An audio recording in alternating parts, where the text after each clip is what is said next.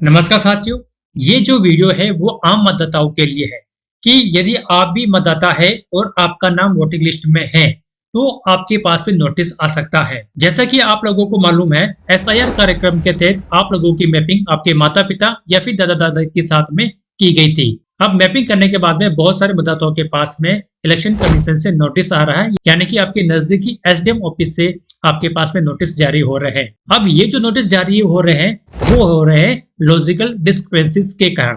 अब logical discrepancies क्या है? यदि आपके पास में नोटिस आया है तो अब आपको आगे क्या करना है? आप लोग कैसे इस नोटिस का जवाब ऑनलाइन दे सकते हैं और साथ में ऑनलाइन डॉक्यूमेंट भी अपलोड कर सकते हैं ताकि आपका वोटिंग लिस्ट में नाम रहे, वरना आपका वोटिंग लिस्ट से नाम कट सकता है। इससे पहले यदि आप लोग मेरे चैनल पर पहली बार आए तो चैनल को सब्सक्राइब कर लीजिएगा, वीडियो को हाइप कर लीजिएगा ताकि इस तरह की महत्वपूर्ण जानकारी सबसे पहले आप तक पहुंचती रहे। तो सबसे पहले मैं आप लोगों को लॉजिकल डिस्क्रिपेंसीज के बारे में बता देता हूँ। देखिए, लॉजिकल डिस्क्रिपेंसीज का मतलब है कि आपके जो माता पिता के साथ आपकी मैपिंग की गई थी वो 2002 की लिस्ट के अनुसार की गई थी। अब यदि मान लीजिए 2002 की लिस्ट में आपके माता पिता का नाम कुछ अलग है और 2025 की जो वोटिंग लिस्ट में है उसमें आपके नाम के साथ आपके पिताजी का नाम कुछ गलत है या फिर कुछ स्पेलिंग मिस्टेक भी हो सकती है। जैसे मान लीजिए किसी के पिता का नाम 2002 में राम सिंह था, लेकिन अब 2025 में सही नाम राम किशोर सिंह है। तो ऐसी स्थिति में यहाँ पर लॉजिकल डिस्क्रिपेंसीज का नोटिस आता है। और इसका एक दूसरा कारण यह भी है कि आपकी उम्र और आपके माता पिता की उम्र में 15 साल से कम का गैप है तो भी आप लोगों के यहाँ पर ये नोटिस आएगा। अब मान लीजिए आप लोगों के यहाँ पर नोटिस आ चुका है तो इसके दो तरीके हैं इसको क्लियर करने के लिए। पहला तरीका है ऑनलाइन और दूसरा तरीका है ऑफलाइन। तो पहले मैं आप लोगों को ऑनलाइन तरीका बता देता हूँ। तो इसके लिए सबसे पहले आप लोगों को अपने गूगल पे आ जाना है और यहाँ पर सर्च करना है voter.eci.gvo.in लिख के सर्च करेंगे तो इस तरह का पेज आएगा। सबसे फर्स्ट वाले पेज पे आपको यहाँ पर क्लिक कर देना है तो जो इलेक्शन कमीशन की जो ऑफिशियल पेज है यहाँ पर ओपन हो जाएगा। अब देखिए, सबसे पहले यहाँ पर आप लोगों को लॉगिन करना होगा। बिना लॉगिन के आप लोग इस वेबसाइट पर एंटर नहीं कर पाएंगे। तो हम यहाँ पर लॉगिन पे क्लिक कर लेते हैं। तो इस पे आप लोगों को पहले आपका अकाउंट होना चाहिए। यदि आपका अकाउंट नहीं है तो यहाँ पर देखिए एक ऑप्शन है साइन अप, इस पे क्लिक कर आप लोग अपना अकाउंट बना सकते हैं। यदि आपका अकाउंट है तो यहाँ पर आप लोगों का मोबाइल नंबर डालना, एक कैप्चा डालना और रिक्वेस्ट ओटीपी पे क्लिक कर यहाँ पर ओटीपी फिल कर देना है। अब देखिए, मान लीजिए आपके पास में नहीं है लेकिन आपके पिताजी के साथ में या फिर आपके भाई के साथ में या फिर आपके दोस्त के साथ में, यानी कि आपके रिलेशन में यदि किसी के भी पास में इस पोर्टल पर अगर अकाउंट बना हुआ है तो वहां से आप लोग इस नोटिस का जवाब दे सकते हैं। तो यहाँ पर मैंने ओटीपी डालकर लॉगिन कर लिया है। लॉगिन करने के बाद यदि आप लोग मोबाइल में ओपन कर रहे हैं तो इसको नीचे थोड़ा सा स्क्रॉल करेंगे तो यहाँ पर आपको एक ऑप्शन मिलेगा सबमिट अपील। इसके पास में एक ऑप्शन मिलेगा book A call with BLO. तो इस ऑप्शन के नीचे ये आपको सबमिट अपील वाला ऑप्शन मिलेगा। आपको सिंपल इस पे क्लिक कर देना है। इस पे क्लिक करने के बाद में यहाँ पर देखिए साइड में बहुत सारे ऑप्शन यहाँ पर आपको नजर आएंगे। इसमें सबसे लास्ट वाला एक ऑप्शन आपको नजर आएगा submit document against notice issue, यानी जो आपको नोटिस प्राप्त हुआ है उसके अगेंस्ट आपको डॉक्यूमेंट अपलोड करने हैं। तो सिंपल इस वाला ऑप्शन पे क्लिक करेंगे। अब यहाँ पर आप लोगों को अपने एपिक कार्ड नंबर डालने होंगे। अब यहाँ पर एक प्रॉब्लम ये हो सकती है कि आपके एपिक नंबर के साथ में मोबाइल नंबर नहीं जुड़े हुए हैं, तो ऐसी स्थिति में यहाँ पर ओटीपी नहीं जाएगा। तो ऐसी स्थिति में आप लोग क्या करना है, इसका एक दूसरा तरीका है जो कि अभी मैं आगे इस वीडियो के लास्ट में आपको बताने वाला हूं। पहले ये मैं बता देता हूं कि मान लीजिए आपके पहचान पत्र के साथ में एपिक कार्ड के साथ में मोबाइल नंबर जुड़े हुए हैं तो सिंपल आपको यहाँ पर अपना एपिक नंबर डालना है और सेंड ओटीपी पे क्लिक कर देना है। तो जैसे ही ओटीपी आपके मोबाइल नंबर पर आ जाएगा यहाँ पर एक ऑप्शन ओटीपी फिल करने का आ जाएगा। आपको सिंपल वहां पर अपना ओटीपी फिल कर देना है और उसके सामने एक सर्च का ऑप्शन होगा, आपको सर्च वाला ऑप्शन पे क्लिक कर देना है। जैसे आप लोग सर्च वाला ऑप्शन पे क्लिक करेंगे, यदि आपके पास में नोटिस नहीं आया है तो इस तरह का एरर आपके स्क्रीन पर शो हो जाएगा जिसमें लिखा हुआ है no notice has been generated as on day, please check after few days. यानी कि आपके पास में कोई भी अभी नोटिस जनरेट नहीं हुआ है, आप चाहे तो उसको दोबारा चेक कर सकते हैं। तो यहाँ पर जो मैंने एपिक नंबर डाला है उसके पास में कोई नोटिस नहीं आया है। अब मैं एक दूसरा एपिक नंबर लेता हूँ जिसके के पास नोटिस आया है। तो यहाँ पर मैं दूसरा एपिक नंबर डालता हूँ, सेंड ओटीपी पे क्लिक करता हूँ, उसके मोबाइल नंबर पे ओटीपी जाएगा, वो ओटीपी फिल कर मैं सर्च वाला ऑप्शन पे क्लिक कर देता हूँ।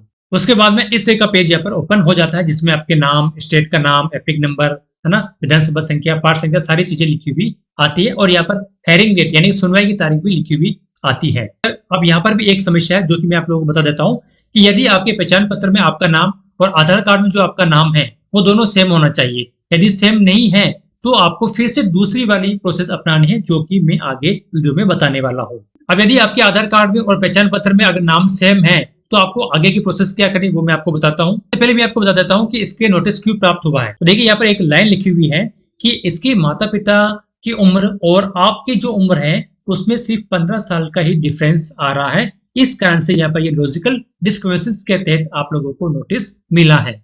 अब इसको थोड़ा सा नीचे स्क्रॉल करेंगे तो यहाँ पर ये डॉक्यूमेंट अपलोड करने के लिए कहेगा। अब देखिए यहाँ पर सबसे पहला ऑप्शन है proof of relationship with parents, यानी कि आपके माता पिता के साथ में आपका रिलेशन दर्शाने वाला जो डॉक्यूमेंट है जिसके साथ आप लोगों की मैपिंग की गई थी, उससे संबंधित यहाँ पर एक डॉक्यूमेंट अपलोड करना होगा। अब वो डॉक्यूमेंट कौन कौन से हो सकते हैं जो कि आप लोग अपलोड कर सकते हैं। अब देखिए यहाँ पर 12-13 प्रकार का डॉक्यूमेंट है, लेकिन ये सारे डॉक्यूमेंट हमारे पास में मिलते नहीं है। हमारे पास में कौन कौन से डॉक्यूमेंट मिलने के चांस है, जैसे जन्म प्रमाण पत्र, पासपोर्ट, 10वीं की मार्कशीट, स्थायी निवास प्रमाण पत्र यानी कि मूल निवास प्रमाण पत्र, जाति प्रमाण पत्र भी आप लोगों के पास में मिल सकता है, और या फिर जमीन या मकान का जो पट्टा होता है वो डॉक्यूमेंट भी आप लोगों के पास में मिल सकता है। तो इन डॉक्यूमेंट में से कोई सा भी एक डॉक्यूमेंट आप लोगों को अपलोड करना है। तो आपको क्या करना है, इसकी फोटो अपने फोन में खींच लेना है और चूज फाइल पे क्लिक कर यहाँ पर डॉक्यूमेंट अपलोड कर देना है। सेकेंड वाला ऑप्शन है proof of relationship with grand parents. यदि आपके दादा दादी के साथ में आपकी मैपिंग की गई है तो आपकी दादा दादी के साथ में जो रिलेशनशिप संबंधित जो डॉक्यूमेंट है वो अपलोड करने के लिए कहता है। लेकिन यहाँ पर हमारे पास में ये समस्या आती है कि दादा दादी के नाम से संबंधित हमारे पास में कोई सा भी डॉक्यूमेंट उपलब्ध नहीं हो पाता है। अब यहाँ पर देखिए अपलोड फॉन्ट साइज पे यहाँ पर देखिए स्टार लगा हुआ है।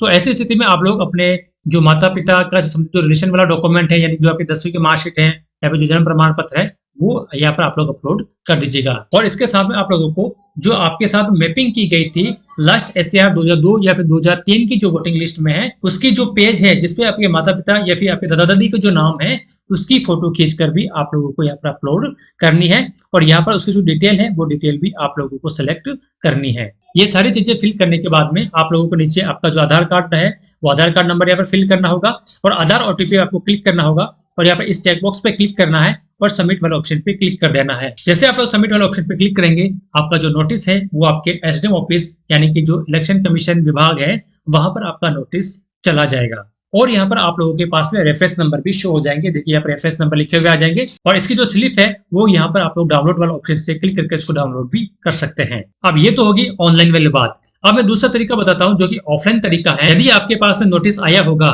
तो आपका क्षेत्र का जो BLO है वो आपसे कॉन्टेक्ट करेगा और अभी जो मैंने डॉक्यूमेंट बताए हैं वो सारे डॉक्यूमेंट आप लोगों को उनको दे देने हैं। वो आपके घर पे आएगा या फिर आप लोग उससे भी मिल सकते हैं। और मिलने के बाद में अभी जो मैंने डॉक्यूमेंट बताए हैं वो डॉक्यूमेंट आप लोगों को BLO को उपलब्ध करवाना है। वो आपको नोटिस देगा और आप लोगों की एक फोटो भी खींचेगा। यानी कि जब आपको नोटिस देंगे तो नोटिस देते समय परिवार के किसी भी एक सदस्य की वो फोटो खींचेगा जिसको कि वो नोटिस दे रहा है। जब BLO नोटिस आप लोगों को दे देता है तो आप लोगों को ये सारी जानकारी उनको उपलब्ध करवानी है ताकि वो आगे ऑनलाइन फीड कर सके और ये कार्य करने के बाद में आपका नाम वोटिंग लिस्ट से नहीं कटेगा। तो सभी मतदाता से अपील है कि यदि आप लोगों के पास में नोटिस आया है तो इस प्रोसेस के द्वारा आप लोगों को इस नोटिस का जवाब देना है। तो यदि वीडियो अच्छी लगी तो लाइक कीजिएगा, उसको शेयर कीजिएगा और चैनल पर पहली बार आए तो चैनल को सब्सक्राइब जरूर कीजिएगा ताकि इस तरह की महत्वपूर्ण जानकारी सबसे पहले आप तक पहुंचती रहे।